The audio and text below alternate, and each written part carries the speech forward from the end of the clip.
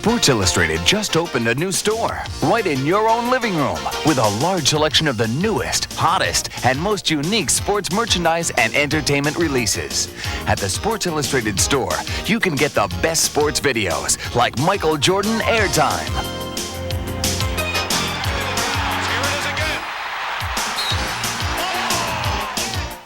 Plus quick access to championship tapes featuring the Super Bowl, the NBA Finals, the Final Four, and the World Series. There's also high-quality, authentic sports merchandise, the real stuff from NFL Pro Line, NBA Authentics, and Major League Baseball's Authentic Diamond Collection. Our sports collectibles feature the original 1954 first issue of Sports Illustrated, as well as signed SI covers from some of the biggest names in sports. Plus, there's also the latest SI book releases. It's sport shopping the easy way. Just look for our product inserts or our Sports Illustrated store ads in the pages of SI.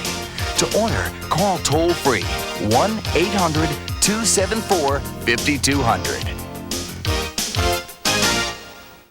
You a sports fan? Then you know what this is. All the games you're missing. How'd the Chiefs pull ahead? How'd Seattle blow out the Nuggets? Well, with DirecTV, you see the action, not just the scores. NFL, NBA, college, hundreds of games you probably couldn't get before. Games only on in other cities. Hey, you want numbers? Get a newspaper. You want sports? Get DirecTV. For your DSS 18-inch dish and DirecTV, see your RCA dealer.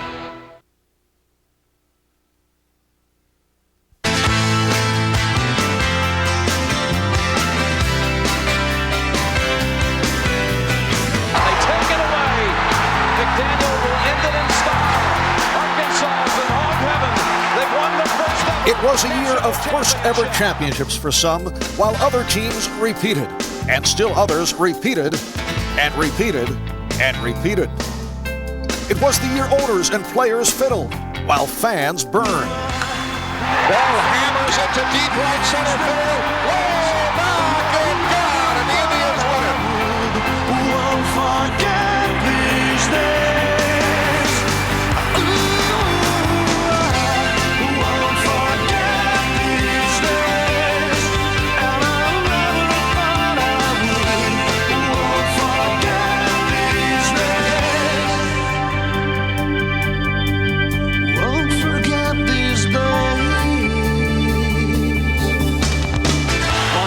Looking right, firing a pass that a leaping grab, Willie Davis, touchdown, Montana Magic. Line to right center, hanging, diving, oh baby, what a catch! Some stars said goodbye when they were good and ready, while others left the scene before their time. Perhaps we'll best remember this as the year Agassi met with ecstasy, the year the world came to America. And for that one last chance lap that finally made a winner of the kid from Wisconsin. Murray going in! He scores!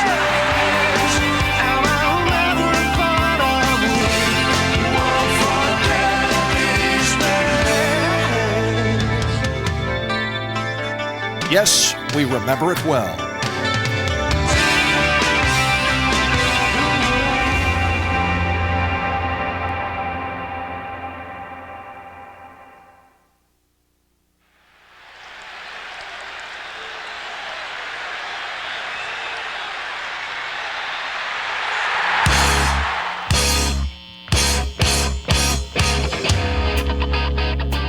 "28 teams, 235 games.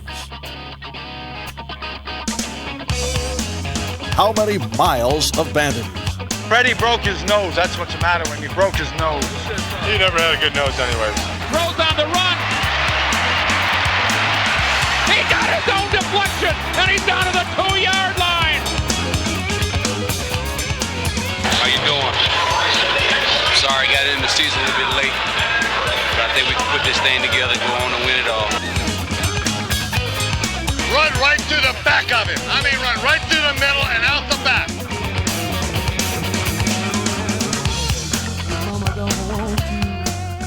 I enjoy hitting. Only thing I wanted to be known when I left the league is a big hitter. I'd rather see somebody laid out on the ground. I don't know why, than an interception. I would rather knock someone out. Back to pass. The pocket crumbles. Elway is hit. How many leaping, pulling it from the sky catches? Holy smokes! What a play! How many dodging, pounding rushes to daylight?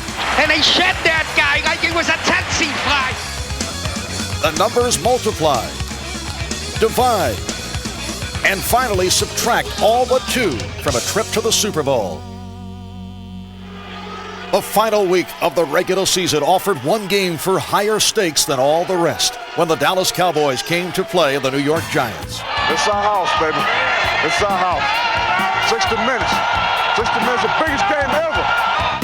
A win meant a divisional title, a week off, and home field advantage through the playoffs. That game, it was so much on the line. So much on the line. I mean, that game was a key to us being successful in the playoffs.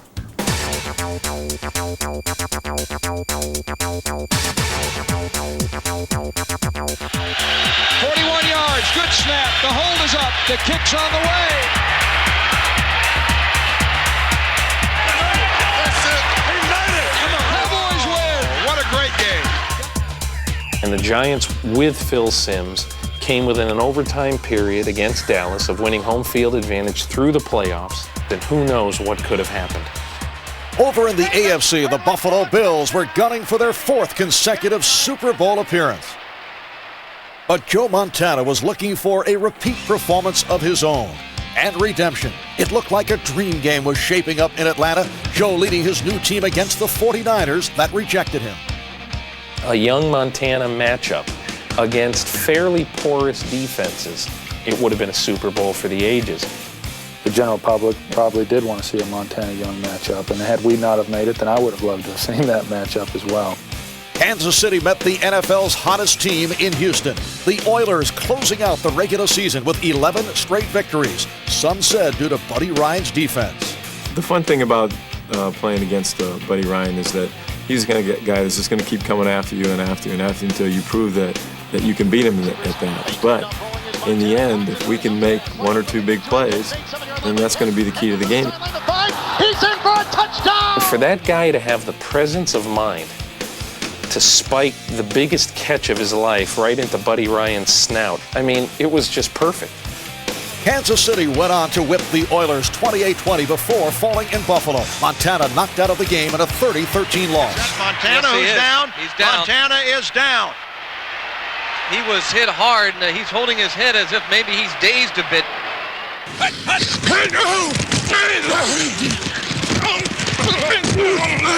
And the 49ers met with ruin in a 38-21 Dallas win that set up the Super Bowl rematch. And a handoff to Smith coming right behind. Easy touchdown, Emmitt Smith. Whoa, woof. So once again, it was America's team against America's nightmare. But if the Bills were thinking about their annual appointment with failure, they weren't showing it. For a while, it looked like these Bills were due. The kick is on the way. This one is sailing, and it is good. I thought Jim did an outstanding job in the first half of being patient and coming underneath to his secondary receivers and really taking what the defense was giving him. Buffalo played us in the first half by the best as they could possibly have played us. Unfortunately, there is 2 halves of a game. It's off to Thurman, and they grab him, and he fumbles the ball, and it is picked up by the Cowboys. They run it back to the 35, the 30, down to the 20-yard line, in the clear, at the 15, down to the 10, down to the 5, and in for the touchdown goes James Washington. The fumble really kind of broke their back. It definitely sparked the fire in our team and also opened our eyes. Eyes open and legs turning, Smith contributed the Cowboys' longest drive of the game, accounting for 61 of 64 yards and a touchdown, and a 20-13 Dallas lead. We ran probably 2 plays that whole time, and it just worked perfectly. And sometimes I didn't even follow my blocks. I just ran and just ran. Touchdown, Emmitt Smith.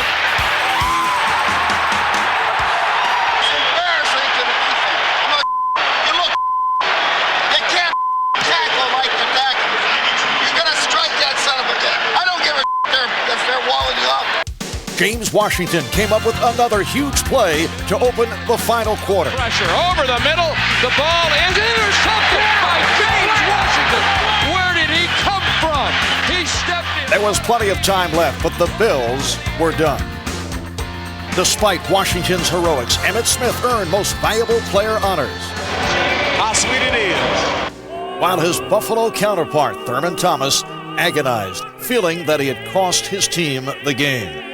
For an unprecedented fourth consecutive year, the curtain descended on another tragedy for the Bills and their fans.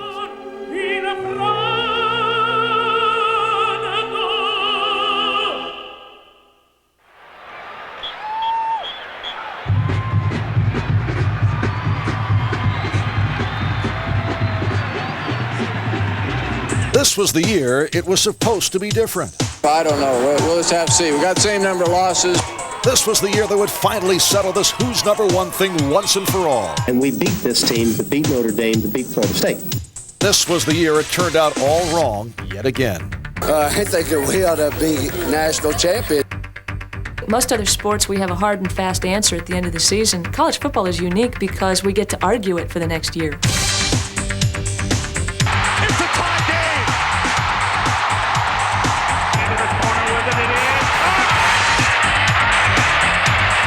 Trouble, dumps it off, and it is caught for a touchdown.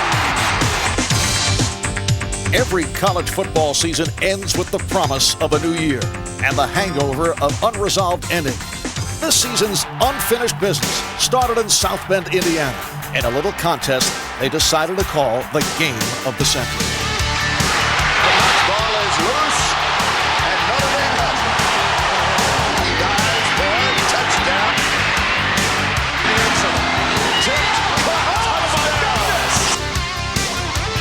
Outplayed for most of three quarters, somehow Florida State still had a chance to win with 3 seconds left. Knocked away. Sean Wooden. Notre Dame wins 31-24. The celebration was over only a week later when 17th-ranked Boston College stunned the newly anointed number one despite a late Irish surge. Touchdown, Dawson! They managed a miracle. They managed an absolute, unthinkable, unforeseeable miracle.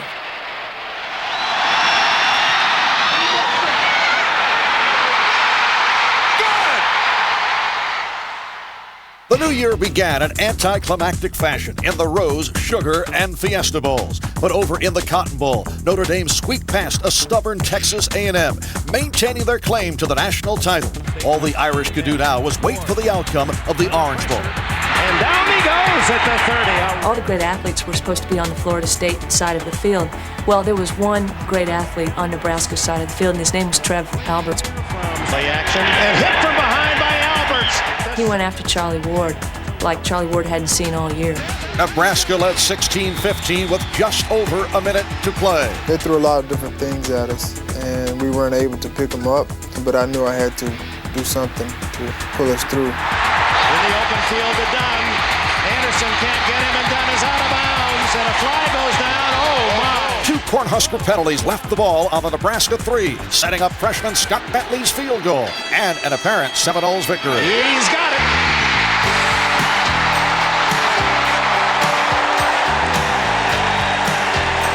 But Florida State coach Bobby Bowden had left too much time on the clock, and Nebraska's Tom Osborne took advantage. And Bell tackled with 1 second to go. No, they didn't stop the clock soon enough. Despite a premature celebration by the Seminoles, Nebraska still had one more chance for victory. There's 2 seconds left for Nebraska, and certainly the game was not over. Oh, what agony for both of these coaches. And he hooked it left. Florida State wins. So for the second time that night, Florida State won its first national title. Then we come to find out that a number of Florida State players were involved in accepting some goods and perks that aren't permitted to college football players. They're confronted with some potential very serious violations of NCAA rules. Heisman Trophy winner and All-American Charlie Ward wisely steered clear of any involvement but remains affected by the aftermath. Florida State can't take the blame for certain individuals, even though they attend that school.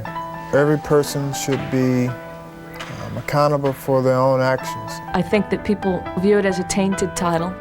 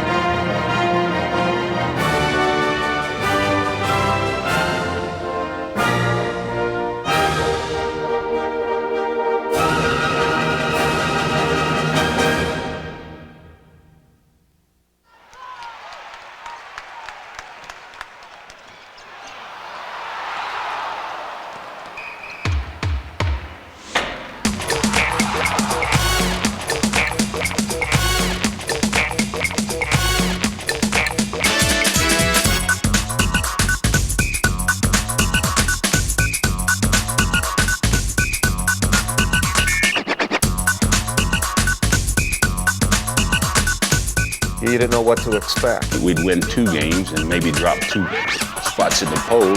It was a crazy, crazy brew that we drank from. How crazy a season was it? Indiana coach Bobby Knight headbutted his own player. Wise old Temple Owl John Chaney threatened homicide against his counterpart from UMass. On the court, it was just as hard to make sense of things.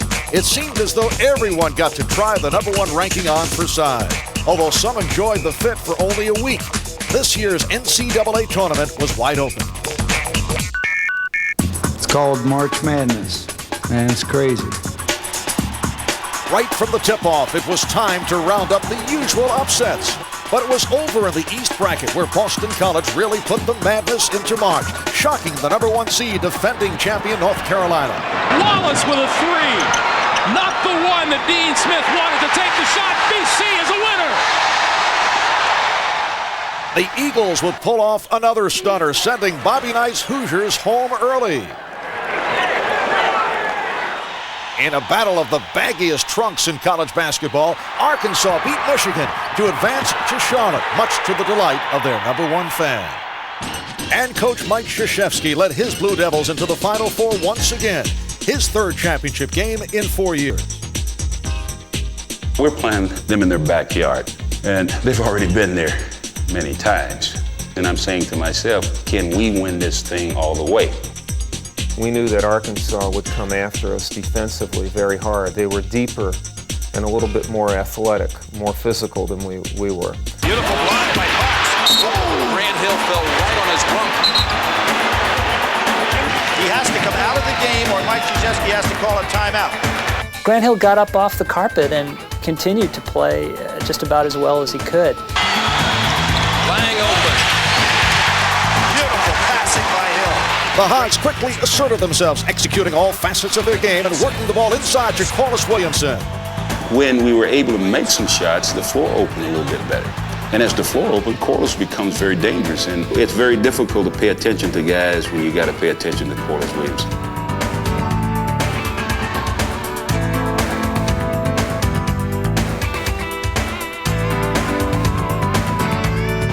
Arkansas went into the locker room ahead, but it was Duke that went on an offensive tear at the start of the second half.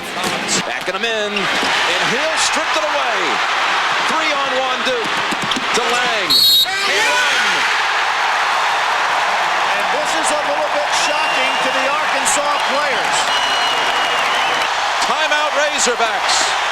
That timeout served a good purpose because, see, the fear of losing is better than the confidence of winning. And then that's when we were able to say, let's press, let's get the ball, and let's play some hog ball.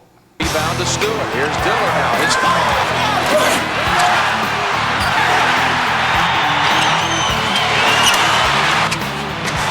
Over the next 9 minutes, the Hogs outscored the Blue Devils 21-6, led by a defense that forced higher turnovers and wore down Duke's key players, especially All-American Grant Hill. Grant just got beaten down. Arkansas kept alternating very good defensive players, physical players on him. I think it took its toll on Grant. Despite his fatigue, Hill managed one last great effort. Now he goes for the tie. 70-70, 1:20 to go. Knowing that he's so tired, I thought it was one of the great plays he's had at Duke. I just didn't think he was capable of hitting a shot like that. When he did, I thought we were going to win. A swarming Duke defense forced the Hogs to work the ball around for an opening, finally ending up in the hands of Scotty Thurman. The shot clock, Thurman beat it. Oh, he got it, three-pointer. Huge arch on that. He had to do it to get it over Lang's hands. Whether they blocked the shot or he didn't get it off, Scotty was just going to take the shot. Great defense, Arkansas. They take it away. McDaniel will end it in style. Arkansas is in hog heaven. They've won the first ever national championship. Corliss Big Nasty Williamson voted the Final Four's most outstanding player and led Arkansas to its first national title. Maybe the sanest result of this crazy college basketball season.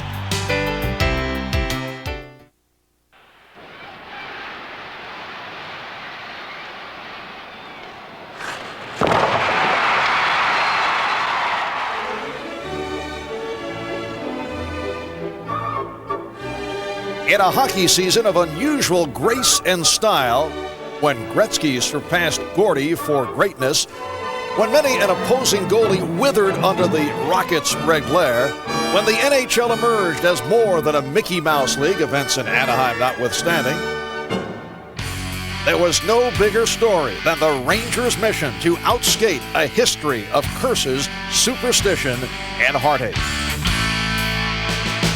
These Stanley Cup playoffs served up a healthy share of heartbreak for everybody.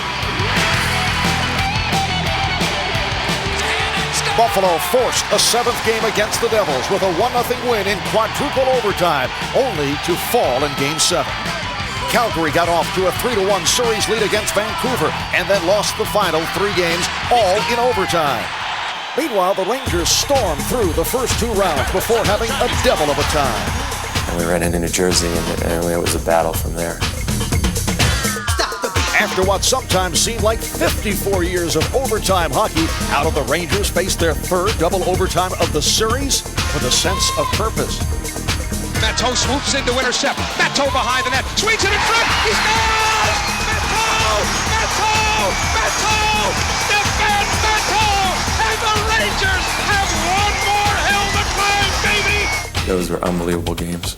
Over in the Western Conference, the Vancouver Canucks continue to surprise everybody thanks to an immovable object in front of the net and an unstoppable force behind the puck. Kurt McLean and Pavel Bure had led their unlikely team to the finals. Having already beaten the best the NHL had to offer, surely New York had all but won the cup. You gotta believe, you gotta be kidding, these were still, after all, the New York Rangers. The Vancouver Canucks have won it in overtime, 3-2. Four briefly became a showcase for two of the best talents in hockey. The other players were beginning to melt into the background. It really was. It was Bure and Leach. They were transcendent. Leach looking for help, comes to center. Bure! Pavel Bure! Hooked down! Will it be a penalty shot? Yes! Bure picked up the puck, and somehow Brian was the first guy back to get a hold of him, but I didn't expect anybody to catch him.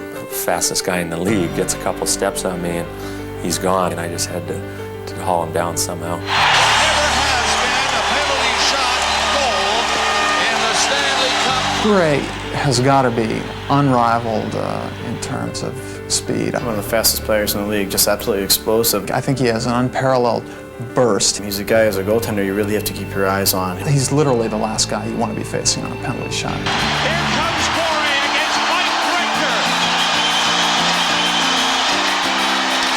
Saved by Richter! The key thing with him is speed, and I just tried to match that speed as well as possible. The Rangers went on to a 4-2 win and a 3-1 series lead. He fakes, The Rangers had their first ever opportunity to win the Cup on home ice in Game 5, but finally fell in a wild third period that tied a Stanley Cup Finals record with 8 goals scored. It is 6-3 Vancouver. A tired New York team faltered in Vancouver, and the Rangers were forced to play one more game.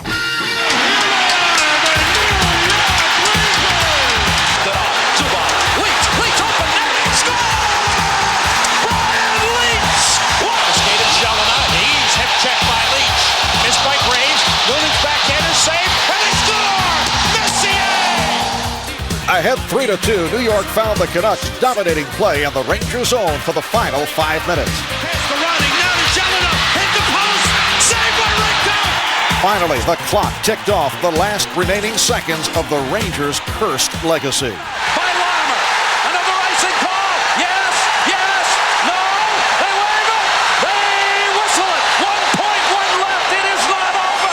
It certainly seemed to me that the game was over, and Brian and I looked at each other, and he said, "Do you believe it? We won the Cup." I put a big bear hug on him, and I feel someone else jump on me, and I'm waiting for this big pile of people to knock me over.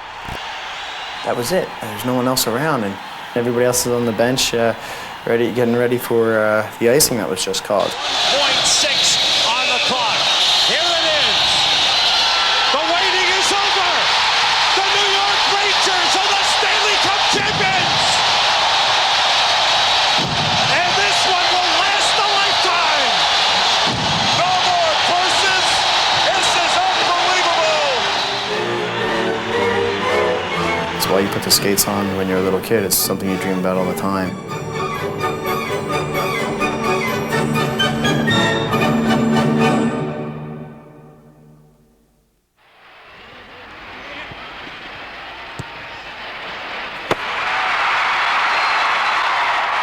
The U.S. beating Colombia actually made America part of the World Cup and not just a host. I think the World Cup has galvanized America to believe that soccer is a real sport.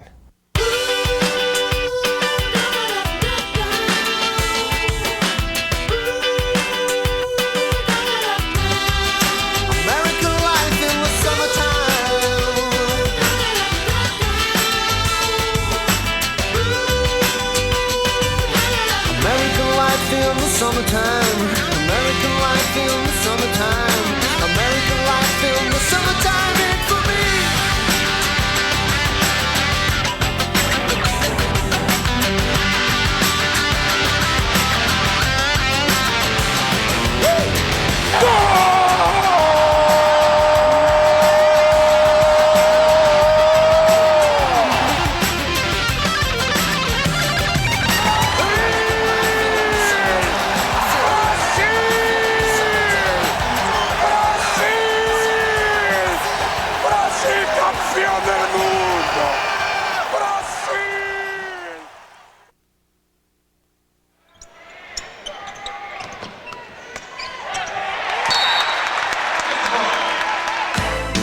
It wasn't so long ago when basketball was about finesse, style,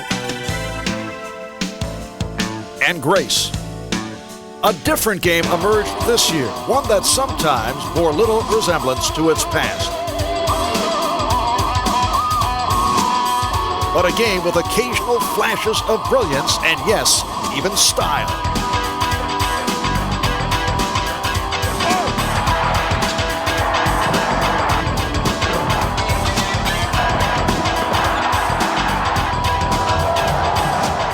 For the first time in about 15 years, there was no great star that kind of transcended the game. No Magics coming down and making no-look passes. There was no one gliding to the basket. There weren't as many Jordans out there. When you thought of Chicago with Michael Jordan and Scottie Pippen, you thought of grace and elegance and style. You think of the New York Knicks, you think of bruising defense. Not even the Knicks' vaunted defense could hold off a runaway Rockets team in an early season preview of the championship series. New York was Houston's 15th straight victim as the Rockets won 22 of their first 23 out of the gate.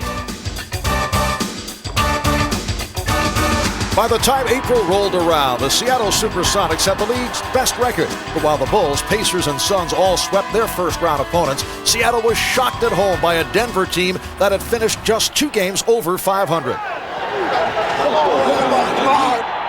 That left home court advantage to the Rockets, who quickly returned the favor by squandering their first 2 home games against the Suns before taking the series in 7. In the East, the Bulls appeared to have everything needed to oust the Knicks except leadership, a flaw highlighted when Scottie Pippen refused to come out for the final seconds of Game 3. Scottie Pippen sitting out the last 1.8 seconds in Game 3 was, I think, kind of a defining moment for the Bulls. Deserting your teammates in those last few seconds is probably the cardinal sin in team sports, and I don't think he'll ever live that down. Interesting, Pippen is not on the floor here. Pico gets it, and hits! It's all over! Despite the dramatic victory, the Bulls fell in 7 games, a loss that left many wondering what might have been with a man named Michael in the lineup. Led by a flamboyant Reggie Miller, the Pacers put their small-town team on the map in another hard-fought series for the Knicks. At the beginning of the fourth quarter, I hit a long 3 with Starks right on me, and I knew then that if I can continue to be aggressive, that good things were going to happen for me. Reggie Miller doesn't need much time to get a shot off, and he works on his shot all kind of ways, flying off on 1 foot, throw it up, not looking, and it'll go in. Nothing you can do. Basically just sit back and watch him do his thing, and that night right there, he did his thing. But it was Patrick Ewing who did his thing in the final game.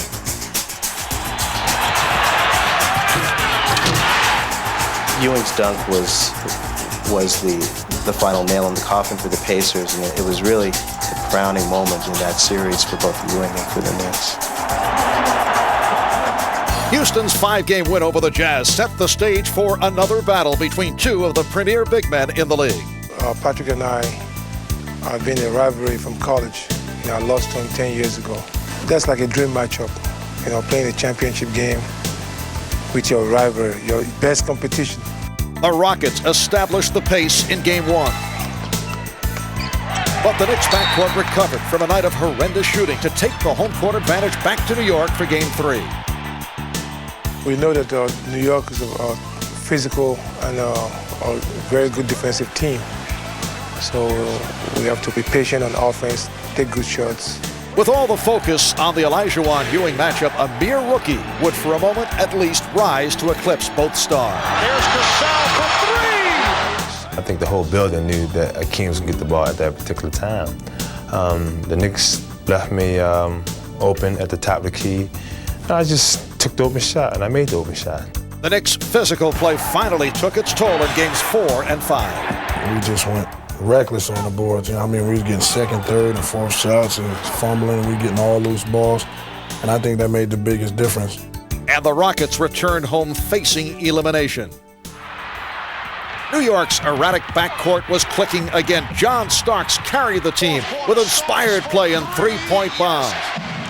But a mental lapse by Starks cost the Knicks a chance to tie. Foul by Ewing.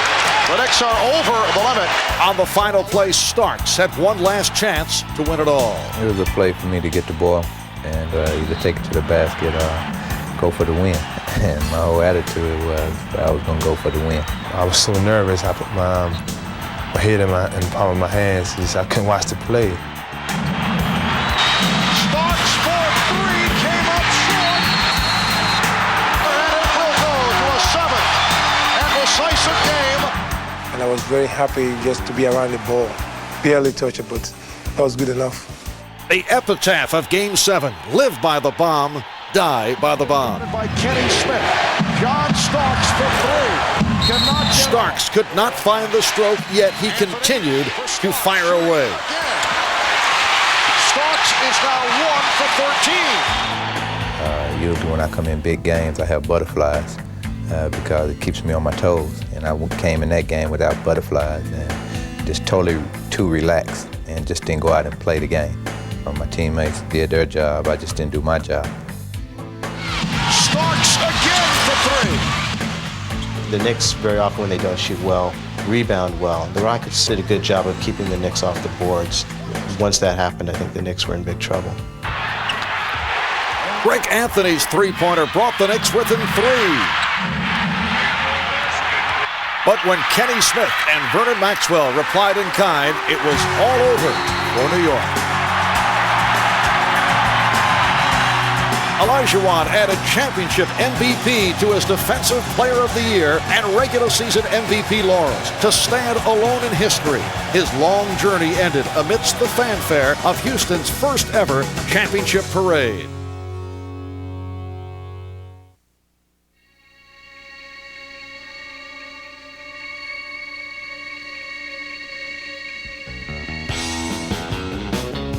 In a year when the chest bump replaced the high five, when the Heisman Trophy winner was selected in the NBA draft but not the NFL, we were reminded that every sports year leaves us with its share of head-scratching moments.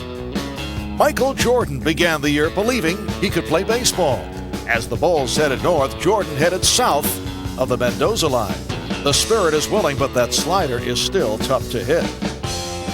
Tanya Harding cast her own bizarre version of The Bodyguard. After months of Nancy and Tanya and Gillooly and Eckhart and Stant, America's great national nightmare mercifully ended when Oksana Bayul cried over her goal. Just in time, there was Jordan chasing another dream on the slopes at Lillehammer. Two famous child stars of the 70s squared off when the Partridge Family's Danny Bonaducci outpointed Donny Osmond in the oddest match this side of Michael and Lisa Marie. Jordan suffered another disappointment as the Blackhawks fell in the first round of the Stanley Cup playoffs. As if the NBA postseason wasn't ugly enough, Madonna set her sights on San Antonio's spur of the moment, Dennis Rodman. Would they produce a material worm? The playoffs couldn't have been further from Michael Jordan's mind as he tried his hand at World Cup soccer. Cincinnati owner Marge Schott told an engrossed audience only fruits wear earrings. The LA Dodgers responded by showing up at Riverfront Stadium sporting the latest in fashion accessories and pasted the Reds 10-3 and 6-4. As the NFL opened training camp, the Bears welcomed Michael for yet another job opportunity. Jimmy Johnson won his second straight Super Bowl and then left the Cowboys. Mike Keenan brought the Rangers to their first Stanley Cup in 54 years and then fled to St. Louis. Carlos Alberto Pereira coached Brazil to the World Cup and then quit. Maybe it's a good thing for some baseball managers somewhere that there was no World Series to be played in this oddest of sports years.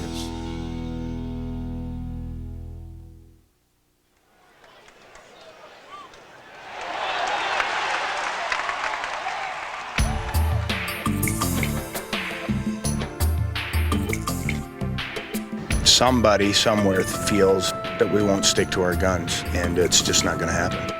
The only thing that we have insisted on is that there be an economic system in baseball in which permits the owners to know what it's going to cost them to play ball. I think we saw systems similar to that in a European country where a wall fell down and it didn't work.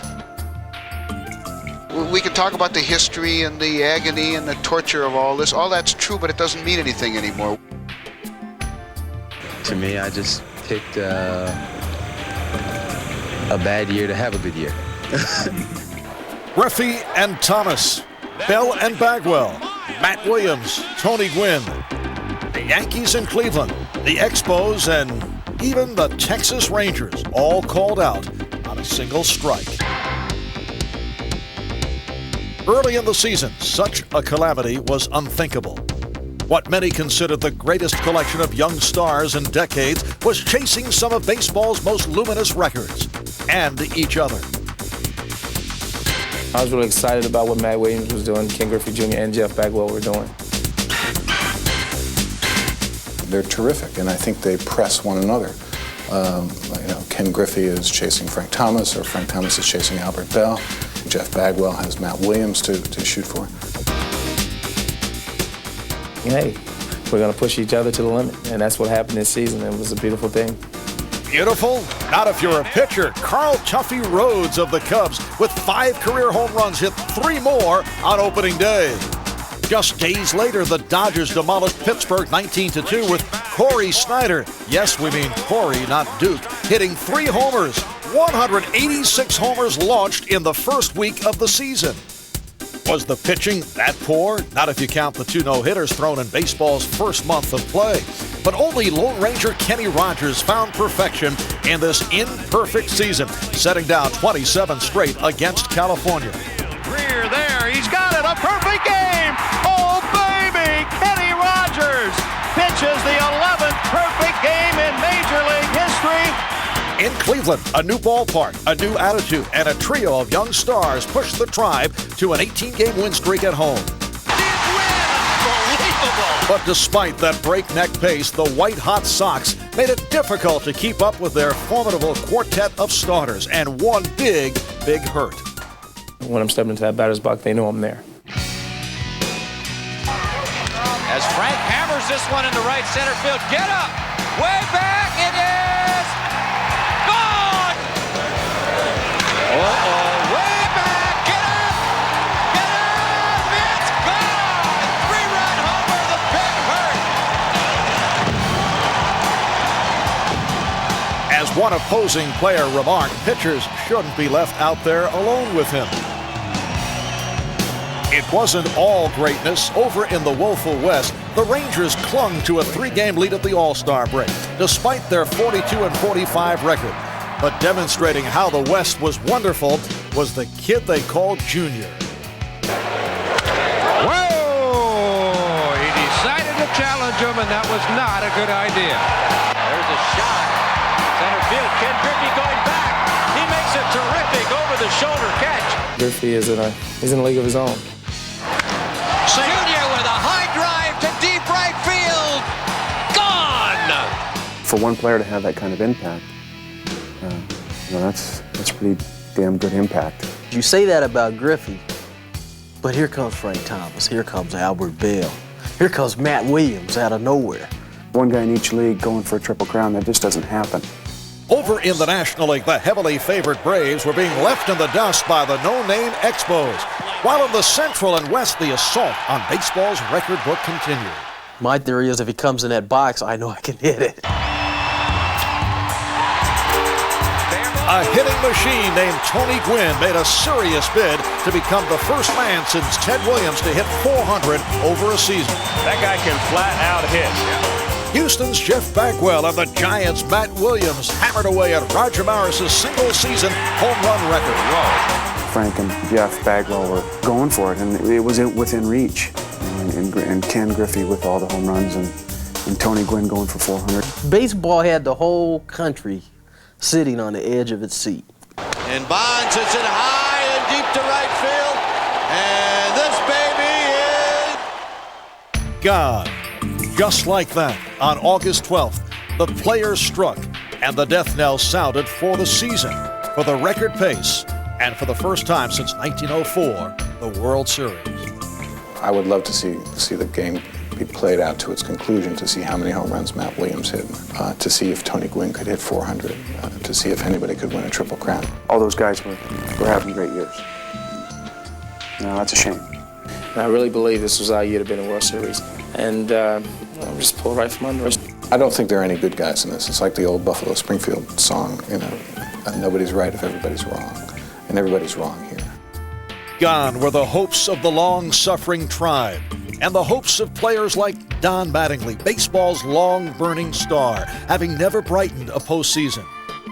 Gone, too, were the dreams of baseball fans around the country, for a moment like the one that ended last year's World Series. Well hit down the left field line. Way back and gone! This used to be, after all, what baseball was all about. After the lights went out on baseball, the start of the hockey season was put off in another labor dispute. A strike or lockout almost derailed the NBA as well, while in the NFL, players grumbled about a new deal that sent some veterans into forced retirement. This is a day of almost overwhelming sadness. As sports in '94 moved from the playing fields to the courtrooms, some of the greats decided it was time to say goodbye.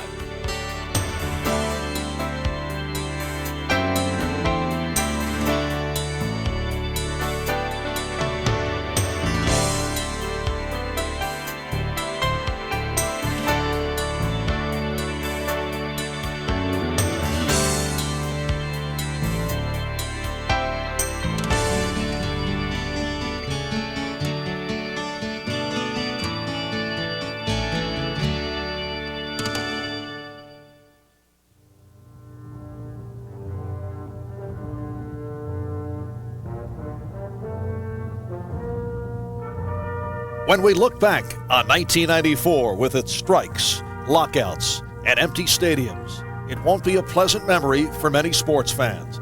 But towering above the broken seasons and unrealized dreams are the stellar, stunning achievements of those who play the games we love. Fly ball left field. Alex Cole coming in. Meters going out. Cole has it. Erickson has his no-hitter. Now Chavez going to the head. Down goes Taylor. Julio Cesar Chavez is still the champion. He has won the rematch. It's from about 75 feet.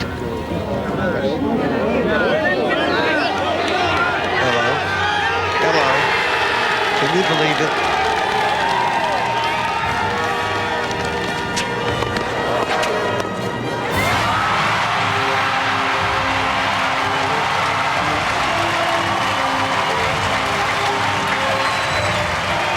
He is going all the way and hopefully will break this record. He's checking the board. He knows. Narrated Marceline with the world record. Unbelievable. Young wants to throw, and he is looking for Jerry, and Rice is there, and he's into the end zone. He's done it. Jerry Rice is the touchdown scorer of the century. Incredible. Give it to David. Grab by Ellis. Double team by Woods. Takes the jumper. Yes! 71 for David Robinson. Julie Crone aboard, has the lead by a length and a half. The entry mates are 1-2, they come for the line. Julie Crone returned yesterday. Today she returns to the winner's circle. Here's the shot, Charlotte Smith. Charlotte Smith makes the shot of her young life. Swinging a drive into the gap in left center field. And up against the fence. This could do it. Being waved home is Gwynn. They got to play to Rodriguez. Safe. And the 6-game drought is over for the National League. Lets it go. He's got 3 people down there. The ball's up in the air. Caught. Touchdown. Caught by Westbrook for a touchdown. Yes, we remember it well. Incredible.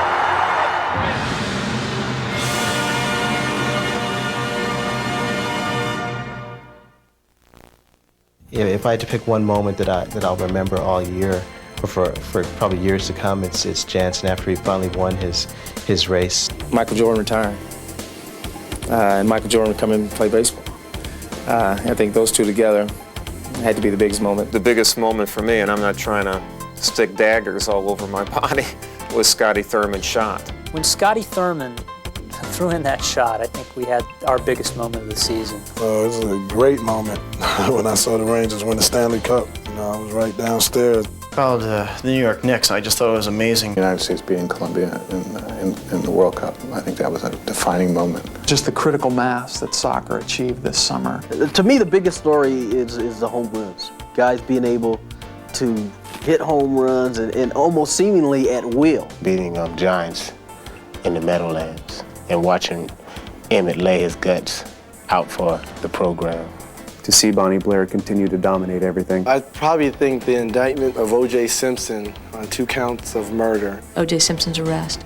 I think it's the last blow to the idea of the virtuous athlete. Well, it'd have to be Jimmy's departure. Valley Ranch was not big enough for the two of them, and one of them had to go, and it wasn't going to be Jerry. So if there was something bigger than that, I missed it because I was in Maui somewhere.